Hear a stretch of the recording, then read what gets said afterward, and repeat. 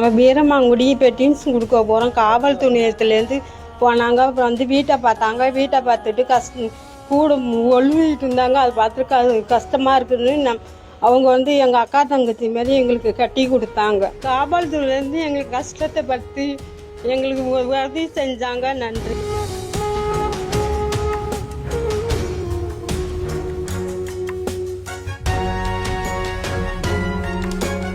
கபிசல police station இன்ஸ்பெக்டராக இருக்கேன். நான் டியூட்டியில் இருக்கும் பொழுது வீரமாங்குடியை சேர்ந்தவங்க பெட்டிஷனுக்காக வந்தாங்க. நான் விசாரணைக்கு வீரமாங்குடி வரும்பொழுது வீடை பார்த்தேன். வீடு வந்துட்டு ஃபுல்லாக டேமேஜாக பாலித்தீன் ஷீட் போட்டு கவர் பண்ணியிருந்தது. ரொம்ப மோசமான நிலைமையில் இருக்குன்னு சொல்லிட்டு நான் வீட்டுக்குள்ளே வந்து பார்க்கும்பொழுது இவங்கள்ட்ட விசாரித்தேன். அப்போ அவங்க கூலி வேலைக்கு தான் போகிறோம், 2 பொம்பளை பிள்ளைங்க, இப்போ சரியாக வேலையும் கிடைக்கிறதில்ல, எங்கள் வீட்டுக்காரருக்கு உடம்பு முடியாதனால எங்களால் வீடை சரி பண்ண முடியல அப்படின்னு சொல்லி சொன்னாங்க.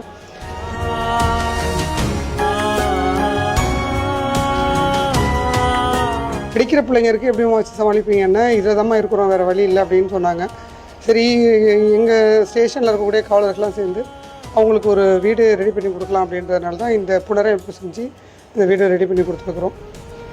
இது எல்லாமே எங்கள் கபிசலம் காவல் ஸ்டேஷனில் போலீஸ் எல்லாம் சேர்ந்து பண்ணணும் ஒரு சின்ன ஒரு பங்களிப்பு.